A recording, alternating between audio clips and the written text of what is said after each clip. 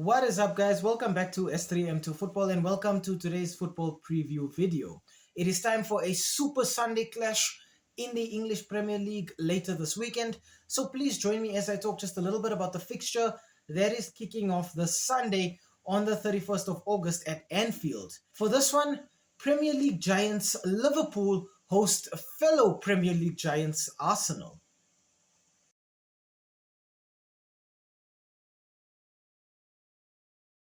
We start off today's video here with the home side being Liverpool. Now, for the Reds, their last match in the Premier League saw them win 3-2 away at St. James's Park against Newcastle, but a very leaky defense had to be bailed out by a very fluid attack in that match.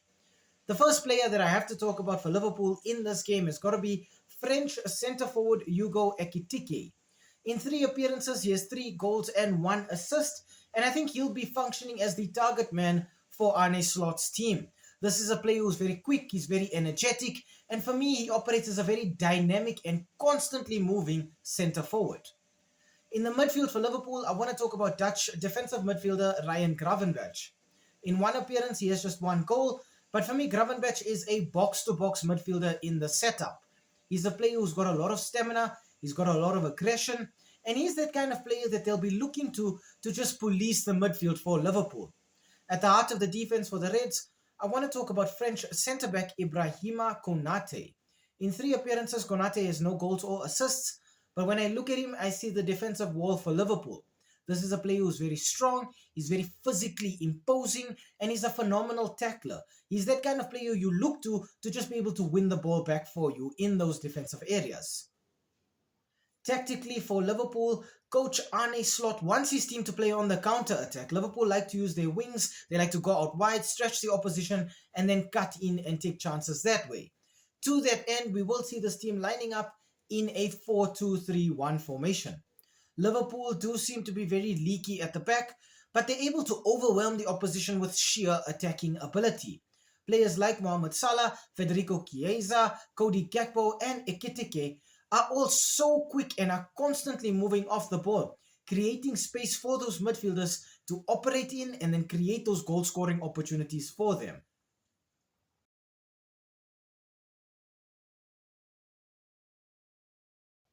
Okay, on to the away team. Now for Arsenal, the Gunners absolutely demolished Leeds in the Premier League in their last match with a 5-0 win at home.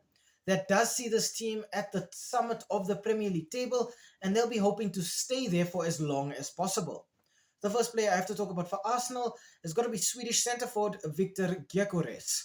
In 2 appearances, he has just 2 goals, but for me, he is a pure target man in the setup. He's a player who is strong, he's quick, he's good at holding up the ball, and slowly but surely, he is settling into this new Arsenal team. In terms of midfield for Arsenal, I want to talk about English central midfielder Declan Rice.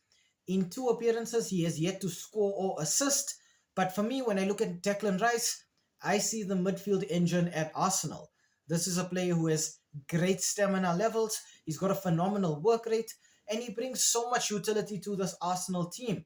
Declan Rice gives you so much going forward, so much tracking back, and then he can also just stick in those midfield positions and control the game from those areas. At centre-back for Arsenal, I want to talk about French centre-back William Saliba. In 2 appearances, he also has no goals or assists, but for me, Saliba is the defensive rock at Arsenal. This is a player who has great physicality, great aggression, and great heading ability. Saliba is that kind of player who you know is going to be very solid defensively, but is also going to provide an attacking threat from set pieces. Tactically for Arsenal, coach Mikel Arteta also wants his team to be able to play on the counter-attack. Arsenal are very smooth and very quick when it comes to playing on those breaks, and to that end, I think we're going to see this team lining up in a 4-3-3 formation. Out wide, players like Leandro Trossard and Gabriel Martinelli look to do damage from those wider positions using their pace and their creativity.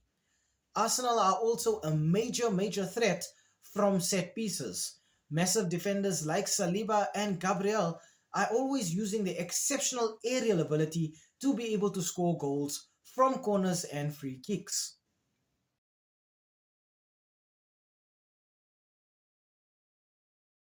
Okay, on to the head-to-head and our verdict. Now, the last five fixtures between Liverpool and Arsenal have ended in one win for Liverpool, one win for Arsenal, and then three draws separating the two teams. So this one actually seems very, very balanced. I think it does say a lot that in the last four matches at Anfield, all of those ones were draws. So Arsenal really, really struggled to get a result away from home. But Liverpool are also struggling to actually win at home against Arsenal. The good thing for the Reds, though, is that they have scored in their last nine fixtures against Arsenal. So that is a very long record, and it does show that they know how to damage the Gunners, but it also shows that Arsenal are surprisingly fragile against Liverpool. Injuries could be a very big issue in this one, particularly for Arsenal. Offensively, Mikel Arteta will have to do without Bukayo Saka out wide, Kai Havertz up front, and then probably without Martin Odegaard in midfield as well. Liverpool do have some issues of their own. They did miss Alexis McAllister against Newcastle, and they'll be hoping that he's able to return in time for this fixture against Arsenal. Both teams enjoy playing some really high octane attacking styles of football, but I think the major contrast here is that Arsenal have yet to concede a goal in the Premier League this season, while Liverpool have yet to end a game with a clean sheet. Fair enough, they did win their two games, but they are looking very fragile at the back. Both teams know this is a fantastic opportunity to do some damage to a fellow Premier League rival very early on in the season. But I think there are some very, very important factors for us to consider. Firstly, this match is being played at Anfield, meaning that Liverpool do have home ground advantage. And we have seen what Liverpool are capable of doing when it comes to playing in front of their own fans. Secondly, I think those injuries for Arsenal are really going to damage this team in terms of going forward, at least from open play. I think Arsenal will still be a major threat from set pieces, but in terms of trying to play on the counter, I think they're really going to come up short on their right wing in particular without Bukayo Saka.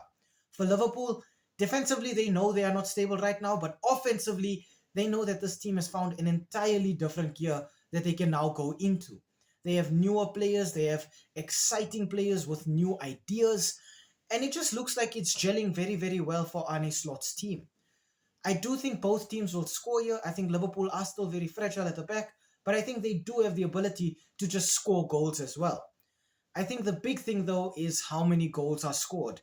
I do think we do see 3 goals in this fixture, but I think we also see a winner. My score prediction for this one is going to be Liverpool 2, Arsenal 1.